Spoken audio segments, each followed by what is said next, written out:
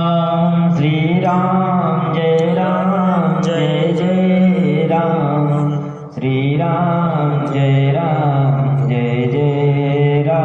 बोलिए भक्तवत्सल भगवान की जय, श्री सीतारामचंद्र भगवान की जय, श्री अयोध्यानाथ भगवान की जय।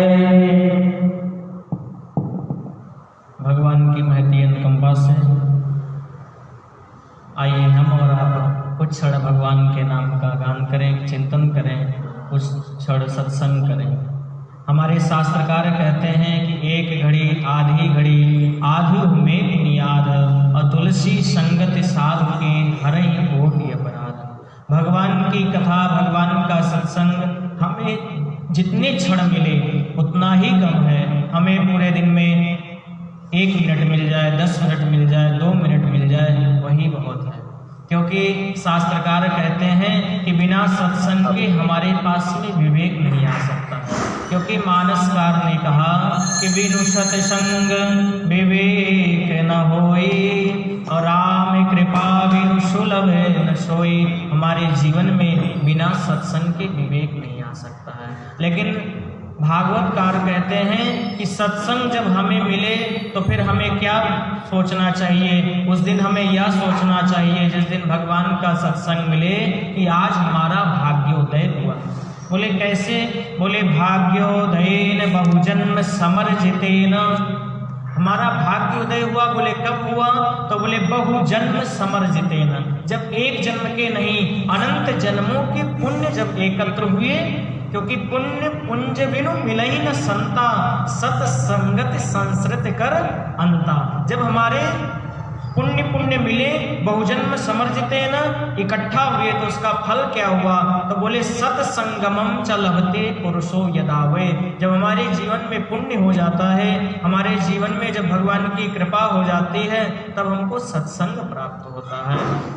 हम और आप कहेंगे कि सत्संग का लाभ क्या है, सत्संग हमें क्यों करना चाहिए? आज इतने व्यस्त टाइम में किसी के पास में समय नहीं है, तो आज का प्राणी बिना स्वार्थ के कुछ कोई करना नहीं चाहता है। तो सत्संग का लाभ क्या है? तो शास्त्रकार आगे कहते हैं कि अज्ञान हेतु कृत मोह मदांधकार नासम विधाय तदोदयते विवेका। ये जो हमारे जीवन में अज्ञान रूपी अंधकार है, इसको दूर करके और ज्ञान रूपी विवेक, ज्ञान रूपी दीपक हमारे जीवन में यदि कोई संत आ जाते हैं, किसी संत की कृपा हो जाती है, तो हमारे जीवन के अंधकार को निकाल करके और ज्ञान रूपी दीपक, प्रभु रूपी दीपक को प्रज्वलित कर देते हैं। इसीलिए हमें और आपको अपने जीवन में सत्संग करना अति आवश्यक है। संत का स्वभाव ही यही है कि संत स्वभाव सहज खगराया। भगवान का सत्संग सत्संगति दुर्लभ संसारा, निमिष दंड महु एक बारा। इस संसार में भगवान का सत्संग, भगवान की कथा बहुत दुर्लभ है। शास्त्रकार तो कहते हैं कि दुर्लभैव कथा लोके श्रीमद् रामायणोद्भवा, कोटि जन्म समुत्थेन पूर्णे नैव लभ्यते। इस कलिकाल में भगवान की कथा तो अति दुर्लभ है। क्योंकि भगवान की कथा इतनी दुर्लभ है, भगवान की कथा न स्वर्ग में है, न सत्यलोक में है, न वैकुंठ में है। यदि भगवान की कथा है तो केवल इसी धरा धाम पर है। इसलिए हमारे कुछ संत कहते हैं कि हमें न स्वर्ग चाहिए, न वैकुंठ चाहिए, हमें तो प्रभु हर बार इसी पृथ्वी पर, भारत भूमि पर ही हमारा जन्म हो, जिससे हम कृष्ण जन्मोत्सव, राम जन्मोत्सव और भगवान की कथा को सुन सकें। क्योंकि स्वर्गे सत्ये च कैलासे वैकुंठम नास्त्यम रसः, अतः पिबन्तु सद्भाग्या मामा मुञ्चत कर्हिचित्। हे सद्भागी पुरुष, इस पृथ्वी पर ही भगवान की कथा मिली है, इसलिए हमें और आपको भगवान की कथा का रसपान करना चाहिए। बोले भक्तवत्सल भगवान की जय। और यह संतों की ही कृपा से, जैसे यहाँ पर पूज्य महाराज श्री के द्वारा सुंदर श्रीमद् देवी भागवत महापुराण का आयोजन किया गया है, इसमें भी इस दास को यहाँ पर कुछ क्षण बोलने का अवसर मिला। ये संत का ही कृपा है, संत का स्वभाव ही ऐसा है। जैसे पूज्य व्यास जी कह रहे थे कि मक्खन को तो अग्नि का ताप जब मिलेगा तब मक्खन पिघलता है, लेकिन संत तो दूसरे को दुख को देख करके ही पिघल जाते हैं। अगले को बताना नहीं पड़ता कि हमें यह दुख है, वो देख करके ही पिघल जाते हैं। संत का स्वभाव ही ऐसा है। जिस प्रकार से एक समय की बात है कि एक नदी में एक संत जी महाराज स्नान कर रहे थे। तो स्नान करते वक्त उन्हें दिखाई पड़ा कि एक बिच्छू उधर से बहता हुआ जा रहा था। जब बिच्छू उधर से बहता हुआ जा रहा था तो महाराज जी क्या किए, उस बिच्छू को बचाने के लिए उसको हाथ से उठाए और जैसे हाथ से बिच्छू को छुआ उन्होंने तो बिच्छू ने तुरंत डंक मार दिया। उसने तो जैसे डंक मारा महाराज जी के हाथ से बिच्छू फिर छूट गया। महाराज जी फिर उसको बचाने का प्रयास किए। आगे ऐसी कथा आती है कि बार बार बिच्छू डंक मार रहा है और बार बार संत भगवान बचाने का प्रयास कर रहे हैं। तो वहीं तट पर एक व्यक्ति खड़ा था। उसने कहा कि महाराज जी, ये बिच्छू बार बार आपको डंक मार रहा है, फिर भी आप इसको बार बार बचा रहे हैं, क्यों नहीं छोड़ दे रहे हैं कि ये जिए या मरे, इसकी इच्छा।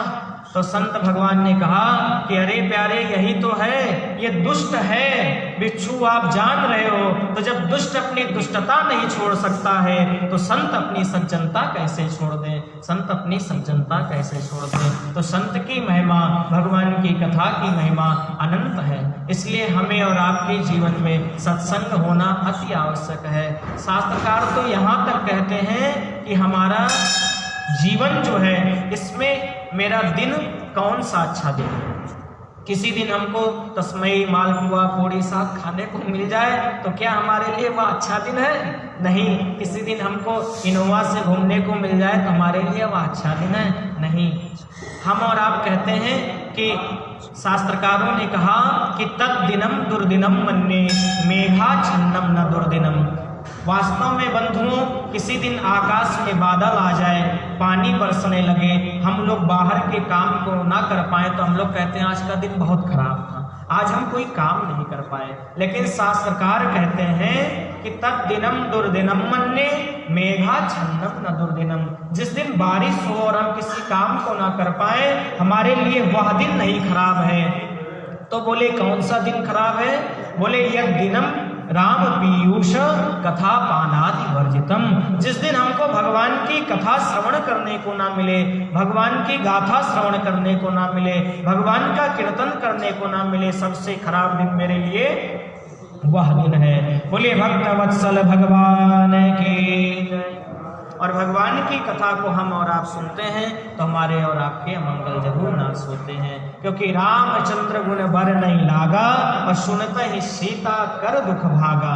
भगवान की कथा को सुनते ही श्री किशोरी मैया का दुख भगा था, तो हम और आपका भी दुख जरूर भगेगा। क्योंकि संत कहते हैं कि कथा हमको जीने का सही रास्ता दिखाती है, कथा हमको जीने का सही रास्ता दिखाती है।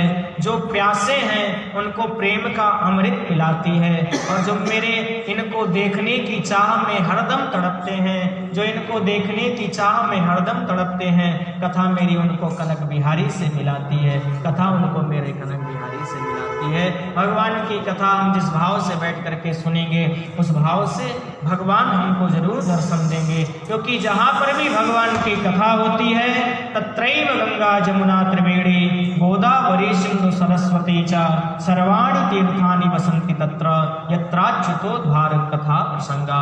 जहाँ पर भी कहीं पर भगवान की यदि कथा होती है, वहाँ पर सभी तीर्थ, सभी नदियाँ, सभी यहाँ तक भगवान स्वयं आकर के उस कथा में बैठते हैं। क्योंकि नाहं पशामि वैकुंठे न योगिनां हृदयेन च मद भक्ता यत्र गायन्ते तत्र तिष्ठामि नारद। जहाँ पर भगवान की गाथा गाई जाती है, जहाँ पर भगवान का कथा किया जाता है, जहाँ पर भगवान का मंगल कीर्तन गान किया जाता है, वहाँ पर हमारे श्री सीताराम जी महाराज आज भी आकर के वहाँ पर बैठते हैं। श्री हनुमान जी महाराज प्रभु चरित्र सुनवे को रसिया, वो भी स्वयं आकर के बैठते हैं और दिव्य भगवान की कथा को श्रवण करते हैं। भगवान की कथा का महिमा, सत्संग का महिमा बहुत है।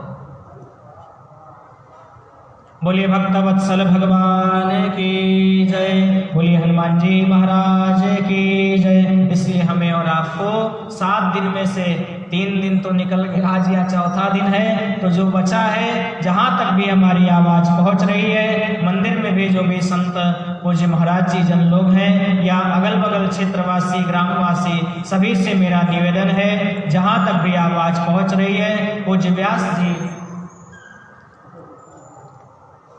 मंच पर मंचासीन होने वाले हैं। आप सभी लोग अधिक से अधिक संख्या में आकर के और बैठ करके भगवान का नाम, भगवान का कथा श्रवण करें। बोले भक्तवत्सल भगवान की जय।